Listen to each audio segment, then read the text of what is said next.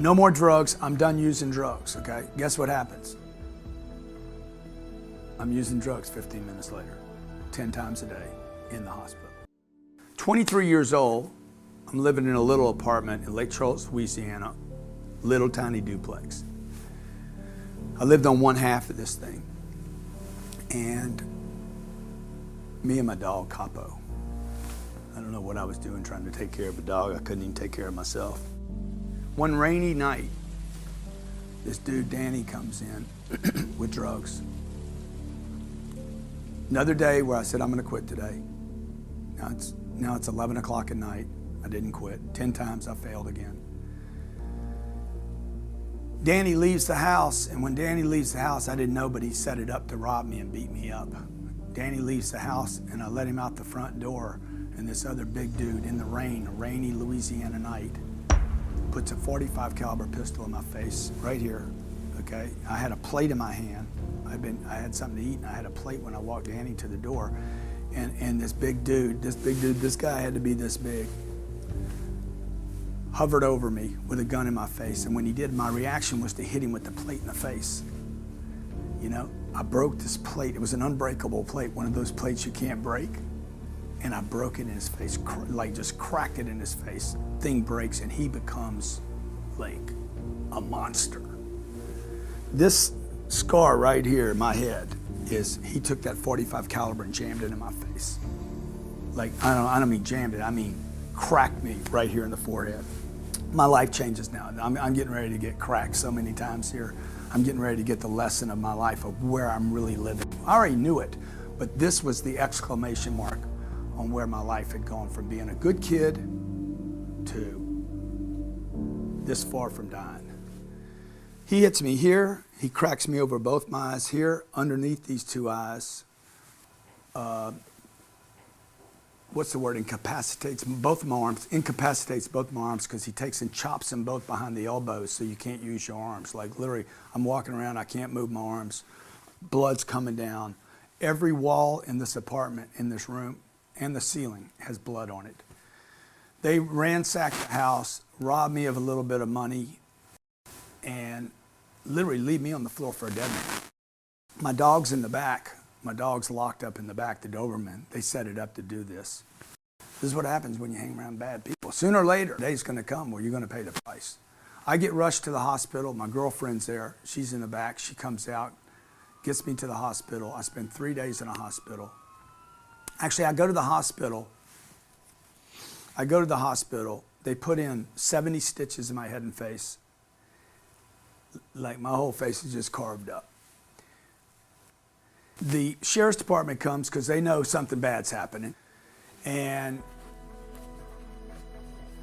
I'm like, I'm fine, I can go home. They stitch me up. I go home to my mother. I walk into my mother's house in the little brick house that I resented so much. And I walk to the house, and I go to the house in the back door. I knock on the back door. I'm beat up now, okay? Face is swollen. My mom comes to the door, and she's like, what? What? Where's my son at? Where's my son at? I'm like, Mom, I am your son. Where is my son? Nobody could recognize who I was. That's how beat up I was.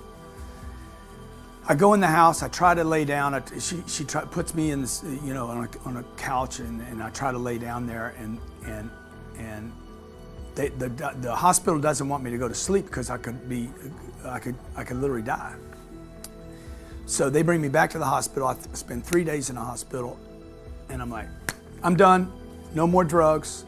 Okay, literally, I can't even recognize myself anymore. No more drugs, I'm done using drugs, okay? Guess what happens?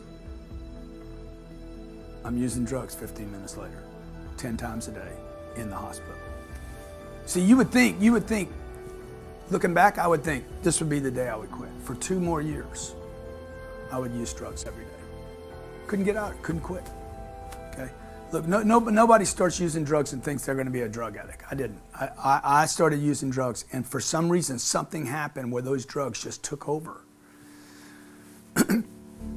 My mom, at the age of 25, my mom says to me, "You're no longer welcome in my home. You're no longer welcome in my business. I don't want to see you anymore." That was the day my life turned around. So 24 hours later, I was in a treatment center because my mom had the courage to say, enough is enough, I'm done. Really, everybody was pretty much done with me at this point. You know, my older brother died when I was 20.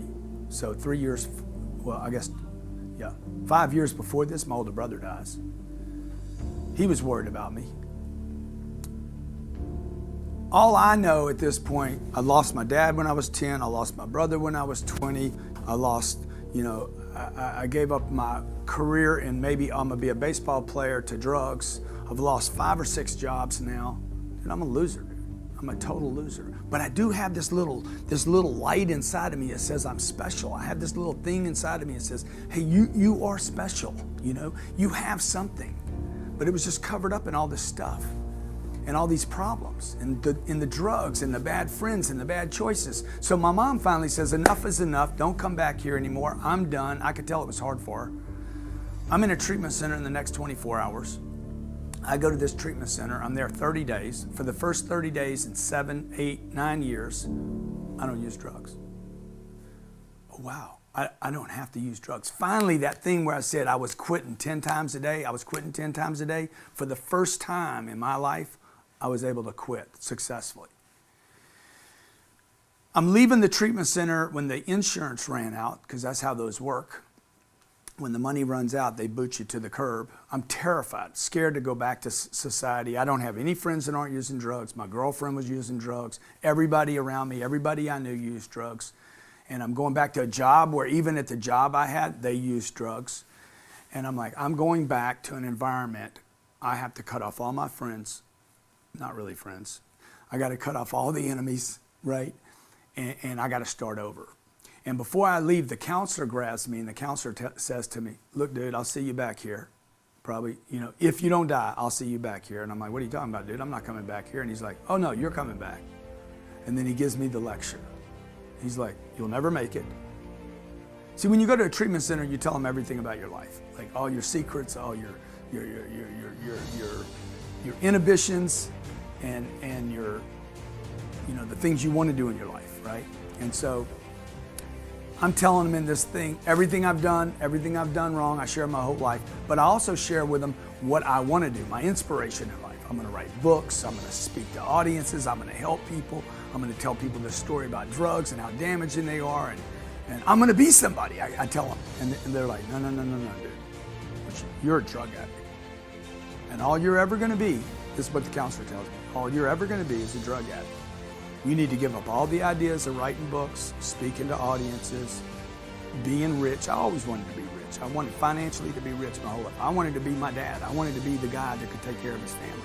They said, you need to give up all those ideas and settle for one thing, not using drugs. If the day ends and you don't use drugs, Grant, that is a good day for you.